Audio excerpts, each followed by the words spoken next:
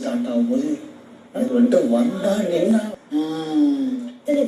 சொல்லியிருக்கேன். நீங்க க்ளோஸா இருக்க நண்பர்கள் அனைவருக்கும் வணக்கம். நேற்று எபிசோடு எல்லாருமே பார்த்துருப்பீங்கன்னு நினைக்கிறேன். ஒரு வழியாக அந்த டாஸ்க் எல்லாம் முடிஞ்சிருச்சுங்க. ஸோ நாமினேஷன் ஃப்ரீ பாஸை யார் வாங்கியிருக்கா? ரெட்ரோவோட டீமை சேர்ந்தவங்க தான் வாங்கியிருக்காங்க. அவங்க யாருமே இந்த வாட்டி நாமினேஷனுக்கு வரமாட்டாங்க. மாடர்ன் சினிமாஸை சேர்ந்த எல்லாருமே நாமினேஷனுக்கு வர போகிறாங்க. அதுக்கப்புறம் நேற்று எபிசோடு முடிஞ்சதுக்கப்புறம் நைட்டு நேரம் நிறைய விஷயங்கள் நடந்தது, லைவ்ல நடந்தது. அதை பற்றி தான் இந்த வீடியோவில் நம்ம பார்க்க போகிறோம். அதுக்கு முன்னாடி இந்த வீடியோக்கு ஒரு லைக்கை மட்டும் போடுங்க. ரெக்வஸ்ட் பண்ணி தான் இந்த லைக்கை நான் கேட்குறேன். காரணம், நீங்கள் நிறைய லைக் போட்டிங்கன்னா இந்த வீடியோ இன்னும் கொஞ்சம் புஷ் ஆகும், நிறைய பேர்கிட்ட கொண்டு போய் சேரும். அதுக்காக தான் தயவு செஞ்சு லைக் போடாத உங்க லைக்கை போட்டுருங்க.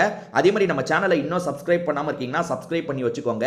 ஏன்னா சின்ன சின்ன அப்டேட்ல இருந்து உடனே நம்ம சேனல்ல வந்துரும். அதுக்காக தான் சொல்றேன். ஸோ நைட்டு நேரம் 3 monkeys டிஸ்கஸ் பண்றாங்க. 3 monkeys யார் யாருன்னு தானே கேட்குறீங்க. ஒன்று எஃப்ஜே, விக்ரம், அதுக்கப்புறம் கனி. ஸோ இவங்க 3 பேர் எதை பத்தி பேசிட்டு இருக்காங்கன்னா, நிறைய பேசிட்டு இருக்காங்க. சாண்ட்ராவை பத்தி பேசிட்டு இருக்காங்க, பார்வதியை பத்தி பேசிட்டு இருக்காங்க. இதை தாண்டி குறிப்பா வியானாவை பத்தி பேசிட்டு இருக்காங்க.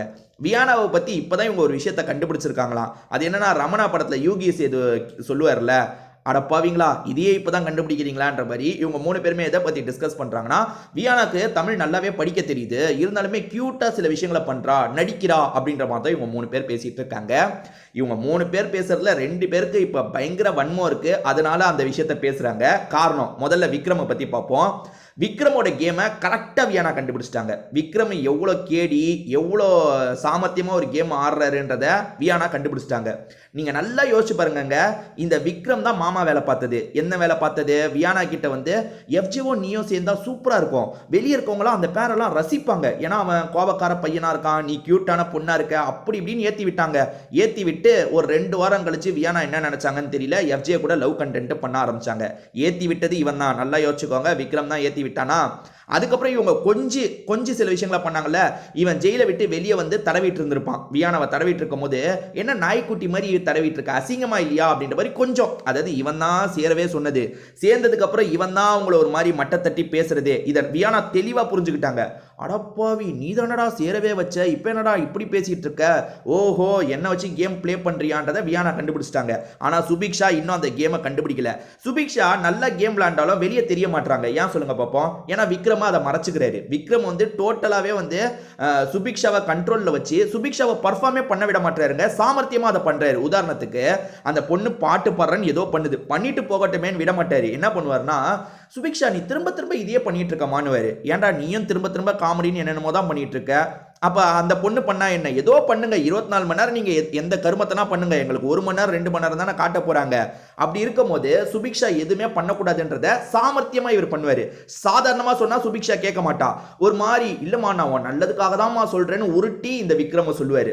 சோ அப்படிப்பட்டவர் தான் விக்ரம். அதை வியானா கண்டுபிடிச்சிட்டாங்க. ஏன்னா நாமினேட் பண்ணும்போது என்ன சொன்னாங்கன்னா, இவரு அவர் கூட இருக்க எல்லாரையும் காலி பண்ணி இவரை ஸ்ட்ராங் ஆக்கிக்கிறாரு. அதாவது கூட நிறைய பேரை வச்சு அவங்கள காலி பண்ணி இவர் ஸ்ட்ராங் ஆகுறாருன்றத வியானா அழகா கண்டுபிடிச்சிட்டாங்க. இவர் பண்ற ஒவ்வொரு தப்பா எக்ஸ்போஸ் பண்றாங்க.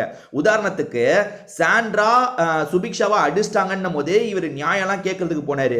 நீங்களும் அதே தானே பண்ணீங்க, என்ன நீங்க பிசிக்கலா ஹர்ட் பண்ணிட்டீங்க, கதவை சாத்தும் போது எனக்கு அடிபட்டதுன்றாங்க. அந்த இடத்துல அதுவும் இதுவும் ஒண்ணாமான்னு ஒரு பர்ஃபார்மன்ஸை போட்டாரு. ஸோ இவர் பண்ற எல்லாத்தையும் வியானா கண்டுபிடிச்சிட்டாங்க. இதை தாண்டி எஃப்ஜேக்கு என்ன கோவம்ன்றதை பார்ப்போம். முதல்ல இவங்க 2 பேர்ல தனிப்பட்ட முறையில் கோவம் இருக்குன்றதை தான் எக்ஸ்பிளைன் பண்றேன். விக்ரம்க்கு இப்படி கோவம் இருக்கா, எஃப்ஜேக்கு என்ன கோவம்னா, விலகி போயிட்டாங்க. வியானாக்கு வீட்டில இருந்து ட்ரெஸ் வரலன்னா பயம் வந்துருச்சு. ஆஹா, லவ் கண்டென்ட் நெகட்டிவா போகுது, நம்ம உசாராயிரணும்ட்டு எஃப்ஜே கிட்ட இப்ப பேசுறது இல்ல, விலகி போயிட்டாங்க. அந்த காண்டி எஃப்ஜேக்கு இருக்கு. என்ன, நம்ம ஒரு பொண்ணு பின்னாடியே சுத்திட்டு இருப்போம், இப்ப அவ வேற போயிட்டா, நம்ம என்ன பண்றது, அந்த பதட்டத்துல வேற இருக்கான். இவன் பொண்ணு இல்லாம இருக்க முடியாது போலங்க. ஆதிரை இருக்கும் போது ஆதிரையை சுத்தி வந்து கடைசியில ஆதிரை மேல பழிய போட்டு அனுப்பி விட்டான். அதுக்கப்புறம் வியானா பின்னாடி சுத்தி வந்தான். வியானா இப்ப விலகி போயிட்டாங்கல்ல. என்ன வியானா விலகி போயிட்டா, டச் பண்றதுக்கு யாருமே இல்லையடா அப்படின்ற மாதிரி ஒரு வருத்தம் இருக்கான். அதனால தான் இப்ப வியானா வந்து தமிழ் அப்படி பண்றதெல்லாம் நடிப்பு அப்படி இப்படின்னு உருட்டிட்டு இருக்கான். இதை பத்தி நீங்க என்ன நினைக்கிறீங்க? உங்களோட கருத்து என்னன்றதையும் சொல்லுங்க, நான் பார்த்து தெரிஞ்சுக்கிறேன்.